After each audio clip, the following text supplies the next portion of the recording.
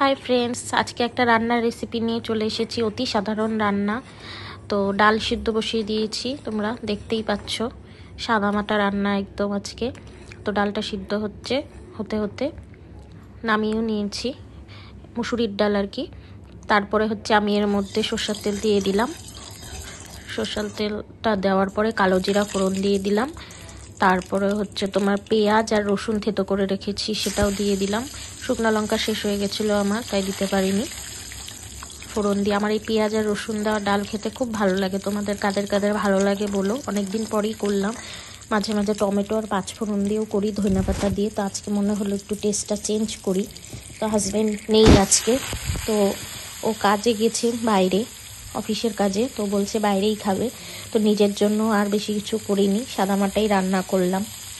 মাঝে সাঝে এরকম রান্না ভালোই লাগে, বেশি মাছ মাংস তো খেতে ভালোও লাগে না প্রত্যেকটা দিন। এই দেখো, পেঁয়াজ রসুনটা ভালো করে হলুদ লবণ দিয়ে ভাজা ভাজা করে নিয়েছি। সুন্দর করে লাল করে ভাজতে হবে, একটা খুব সুন্দর স্মেল বেরোবে এটা দিয়ে। যখন স্মেলটা বেরোবে তখনই তোমরা বুঝতে পারবে যে ভাজাটা প্রায় হয়ে এসেছে। এরপরে সিদ্ধ করে রাখা ডালটি সেটাকেও আমি ঢেলে দিব। এই দেখো, ঢেলে দিলাম। এবার হালকা নাড়াচাড়া করে নিব। লবণ মিষ্টি হলুদ আমি সবই দিয়ে দিয়েছি। খুব ভালো লাগে ডালটা খেতে। তোমাদের কাদের কাদের পছন্দ কমেন্টে জানাবে কিন্তু। আমার মুসুরির ডাল খুবই ভালো লাগে। একটু চিনিও দিয়ে দিলাম সামান্য। আর এদিকে সয়াবিন গরম জলে সিদ্ধ করে রেখেছি। আমার হাজব্যান্ড সয়াবিনও প্রচণ্ড প্রিয়, মাছ মাংসও লাগে না ওর, এত ভালো লাগে ওর খেতে। সয়াবিনের জন্য তেল দিয়ে দিলাম। সয়াবিন এমন একটা জিনিস, এতে যতই তেল মশলা দাও না কেন তাও মনে হয় যেন কমই আছে। সয়াবিনটা ভেজে নিচ্ছি। স্পঞ্জের মতন সব তেল শুষে নিল। হলুদ দিয়ে দিলাম, লবণও দিয়ে দিয়েছি। কিছু কিছু শট আমার তোলা হয়নি, রাঁধতে রাঁধতে তো অত মনেও থাকে না মাথায়। দেখো, সোয়াবিনগুলোকে ভালো করে লাল লাল করে ভেজে নিতে হবে। দেখো, তেল যতগুলো দিয়েছি সব নিয়ে নিয়েছে। পরে আমাকে আর একটু তেল দিতে হয়েছে। আর আলু কেটে নিয়েছিলাম, সেই আলুগুলোকেও ভেজে নিলাম লাল লাল করে। বেশি আলু দিইনি, ছোট ছোট দুটো দেখে আলু দিয়েছি। এবার কড়াইতে তেল দিয়ে জিরে ফোড়ন দিয়ে ওই ভেজে রাখা সোয়াবিন আর আলুগুলোকে সাইডেই রেখে দিয়েছি। আর আমি এটা মশলার পেস্ট তৈরি করে নিয়েছিলাম মিক্সির মধ্যে।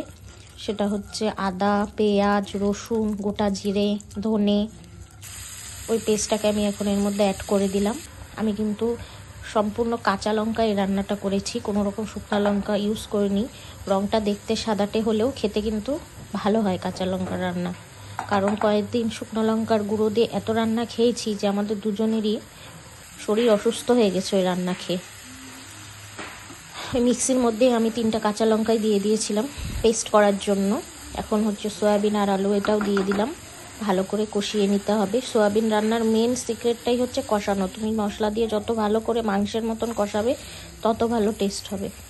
এবার জলটিও দিয়ে দিলাম, মিক্সি ধোয়া জলটি দিয়ে ভালো করে নাড়াচাড়া করে আমি ঢেকে সাইডে রেখে দিয়েছি। আর একটা পাঁপড়ও ভেজে নিলাম। ডালের সাথে তো পাঁপড় ভাজা ভালোই লাগে খেতে, শুধু ডাল দিয়ে তো খাওয়া যাবে না। এই হলো আজকের মেনু। ভাত, মুসুরির ডাল, সয়াবিন আলুর রসা আর পাঁপড় ভাজা।